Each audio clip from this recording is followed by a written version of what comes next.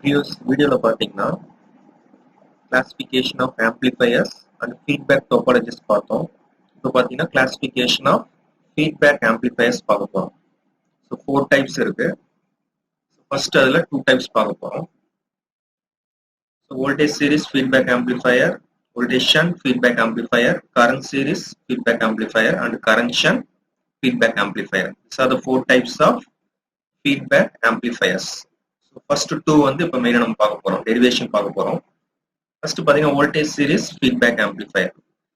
Voltage series output input இருக்கு. அதாவது sampling network, mixing network இருக்கு. So it is also known as series shunt. So இப்போ mixing network அப்புறம் sampling network input output இருக்கு. So input நம்மளுக்கு தெரியும். That is a voltage series னா series தான் input. Output வந்து voltage. அப்ப that is for shunt. So series shunt feedback amplifier.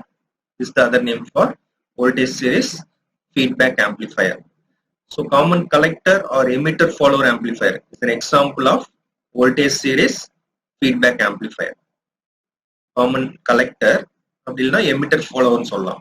So there is an example for voltage series feedback amplifier. So other name பாத்தீங்கன்னா series shunt feedback amplifier. There is a voltage series feedback amplifier. So இந்த previous வீடியோல பாத்தீங்கன்னா நான் இதுல shunt series னு சொல்லிட்டு தப்பா சொல்லியிருப்பேன். இது ஆக்சுவலா பாத்தீங்கன்னா series shunt தான். Input output தான் we have to consider for the other name. Next பாத்தீங்கன்னா voltage shunt feedback amplifier.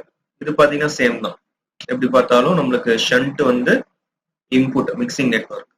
Output பாத்தீங்கன்னா voltage. That is for sampling. அதுவும் shunt தான். So எப்படி பார்த்தாலும் shunt feedback amplifier தான். இது பாத்தீங்கன்னா common emitter amplifier is an example of voltage shunt feedback amplifier. So common collector or emitter follower வந்து voltage seriesக்கு. So common collectorனா நமக்கு தெரியும். collector வந்து நம்ம காமனா ground பண்ணிருப்போம். Next பாத்தீங்கன்னா common emitter amplifier. So emitter ground பண்ணிருப்போம். பேஸும் collectorம் யூஸ் பண்ணிருப்போம். So இது பாத்தீங்கன்னா common emitter amplifier is an example of voltage shunt feedback amplifier. So emitter ground பண்ணிருப்போம். Input வந்து base, output வந்து collector இதுல. அது common collectorனா or emitter follower. So collector வந்து ground பண்ணிருப்போம். Input வந்து base, output வந்து emitter. இதெல்லாம் நமக்கு தெரியும். Next பாத்தீங்கன்னா current series feedback amplifier. So it is also known as so இப்போ input output பாத்தீங்கன்னா எப்படி பார்த்தாலும் series தான். So input is a mixing network, that is series. Output வந்து current, that is for sampling. அதுவும் series தான். So series feedback amplifier. So next current shunt feedback amplifier. It is also known as shunt series feedback amplifier. So இது நம்ம mixing network அப்புறம் sampling network பார்க்க போறோம். Input output. So input வந்து பாத்தீங்கன்னா shunt, output பாத்தீங்கன்னா current. So current sampling-ன்றது series. So shunt series feedback amplifier. இதுவும் previous videoல வந்து தப்பா சொல்லியிருக்கோம். series shunt-ன்னு. That is output input சொல்லியிருக்கோம். But other name பாத்தீங்கன்னா input output consider பண்ணணும். Mixing network, sampling network consider பண்ணணும். So அப்ப பாத்தீங்கன்னா input வந்து shunt, output வந்து current sampling. So that is series. So other name is shunt series feedback amplifier. So இப்போ derivation குள்ள போறோம். First one is the voltage series feedback amplifier. So the block diagram already நம்ம பார்த்தோம். Feedback topologiesல the block diagram பார்த்திருக்கோம். So அப்ப பாத்தீங்கன்னா Vs நமக்கு தெரியும். Source voltage that is equal to the addition of input voltage and feedback voltage. So Vi plus Vf. So input வந்து voltage use பண்றோம். Output side voltage தான் use பண்றோம். So it is going to be a Thevenin sequence circuit. இப்போ பாத்தீங்கன்னா input வந்து voltage Vs. So input side பாத்தீங்கன்னா சீரிஸா connect பண்ணிருக்கோம். Connection பாத்தீங்கன்னா series connection. So input series என்னது?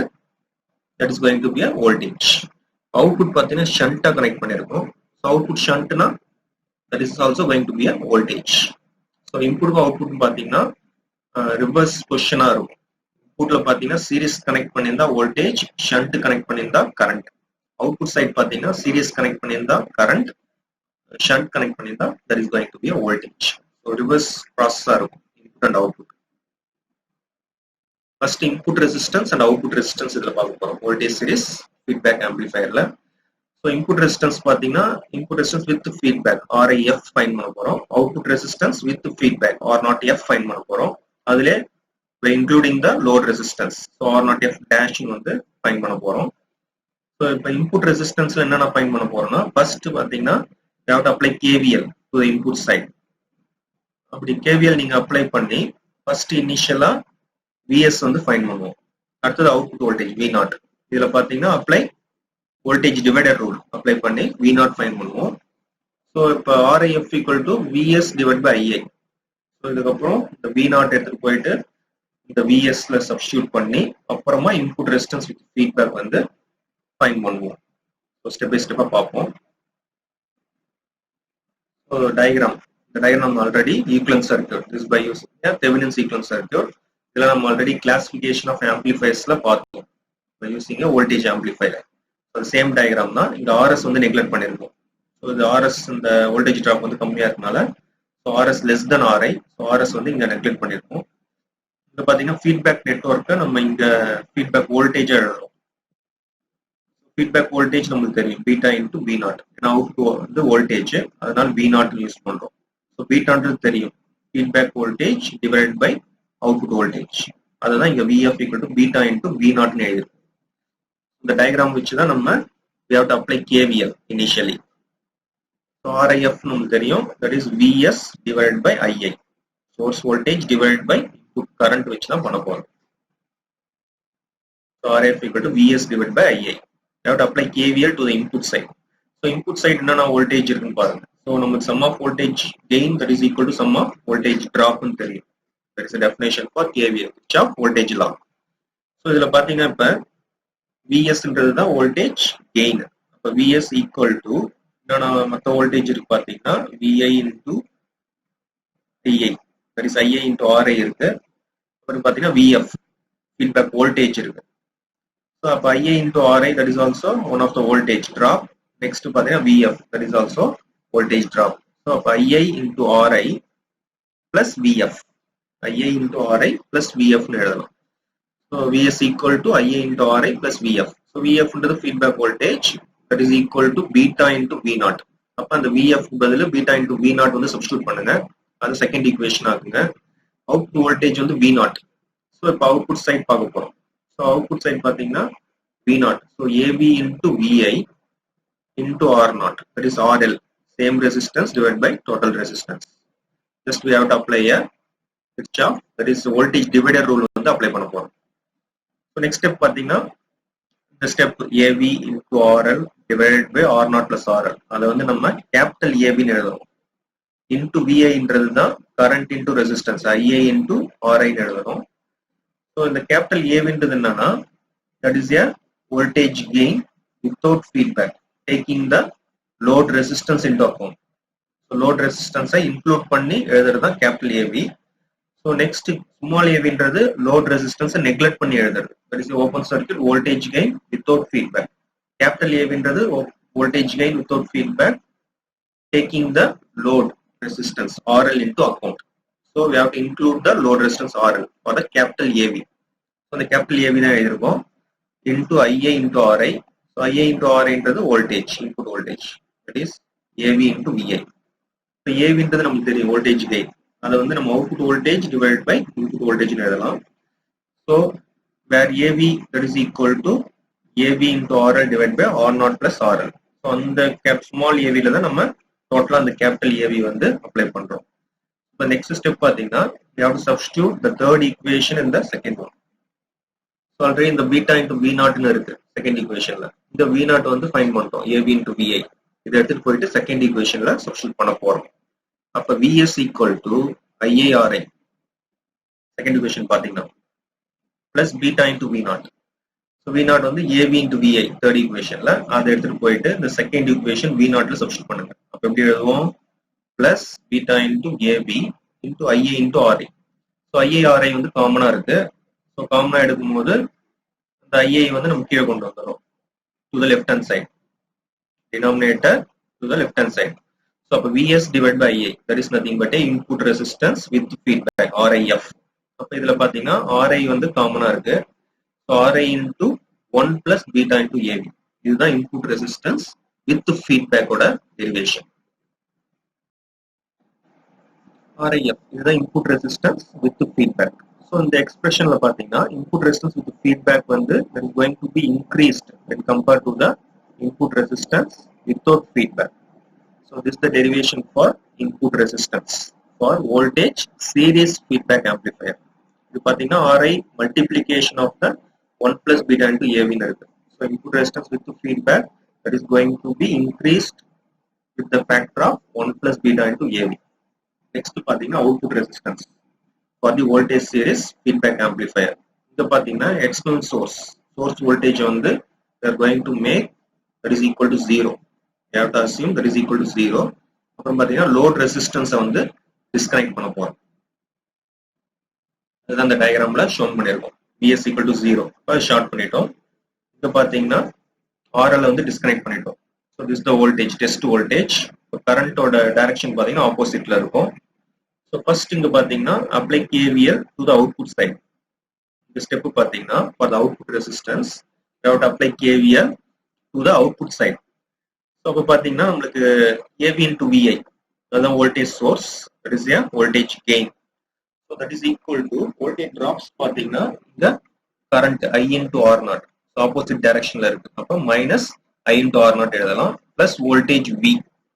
So அதான் இங்க எழுதிருப்பாங்க I equal to V minus of this AV into VI வந்து அந்த பக்கம் கொண்டு போறோம் divided by R0. So அப்போ voltage gain AV into VI that is equal to V voltage drop minus I into R0. அதான் இங்க வந்து plus I into R0 minus V equal to 0 ன்னு எழுதிருக்காங்க. Next பாத்தீங்கன்னா input voltage வந்து இங்க find பண்ணணும். So input voltage பாத்தீங்கன்னா that is equal to feedback voltage. Minus plus இருக்கனால minus VF that is equal to minus beta into V. இங்க பாத்தீங்கன்னா source voltage that is equal to 0. இப்போ பாத்தீங்கன்னா we have to substitute this 15th equation in the 14th one. 32 31 தப்பா இருக்கு. So அப்ப வந்து பாத்தீங்கன்னா I equal to V. இந்த VI வந்து இந்த 14th equation substitute பண்ண போறோம் input voltage. அப்ப V minus beta V இருக்கறனால plus AV into beta into V divided by R0. அப்ப V வந்து ரெண்டு டேர்ம்லயே இருக்கு. அப்ப காமனா V எடுத்தா multiplication with 1 plus beta into AV divided by R0. R0 F ன்றது நமக்கு தெரியும். V divided by I. Voltage divided by current. அப்ப பாத்தீங்கன்னா இந்த எக்ஸ்பிரஷன்ல above எக்ஸ்பிரஷன்ல இந்த I equal to V ன்னு இருக்கு. அப்ப V divided by I ன்னு எழுதும்போது இது ரிவர்ஸ் ப்ராசஸ்ல எழுதணும். டினாமினேட்டர்ல இருக்க R0 வந்து நியூமரேட்டர் எழுதணும். நியூமரேட்டர்ல இருக்க 1 plus beta into AV வந்து டினாமினேட்டர் எழுதணும். That is R0 F output resistance with feedback without taking the load resistance into account. ஏன்னா load resistance வந்து இங்க டிஸ்கனெக்ட் பண்ணிருக்கோம். So next stepல பாத்தீங்கன்னா R0 F dash வந்து ஃபைண்ட் பண்ணுவோம். இப்போ இது பாத்தீங்கன்னா ஸ்மால் AV தான் இதுல இருக்குது. அப்ப voltage gain without feedback and also not taking the load into account. Next பாத்தீங்கன்னா R0 F dash. அப்ப இது டயகிராம்லயே தெரியுது நமக்கு R0 F that is going to be a parallel with load resistance RL. So R0 F into RL divided by R0 F plus RL, that is in the parallel term. So that is equal to R0 F நம்ம find பண்ணிட்டோம். R0 divided by 1 plus beta into AV into RL divided by R0 divided by 1 plus beta into AV plus RL அப்படி எழுதுறோம். So இப்போ next stepல பாத்தீங்கன்னா just we are going to take LCM the denominator. அப்போ 1 plus beta into AV numeratorலயும் denominatorலயும் அது cancel ஆயிடும். Next பாத்தீங்கன்னா இந்த RL multiply பண்ணி எழுதிருக்காங்க.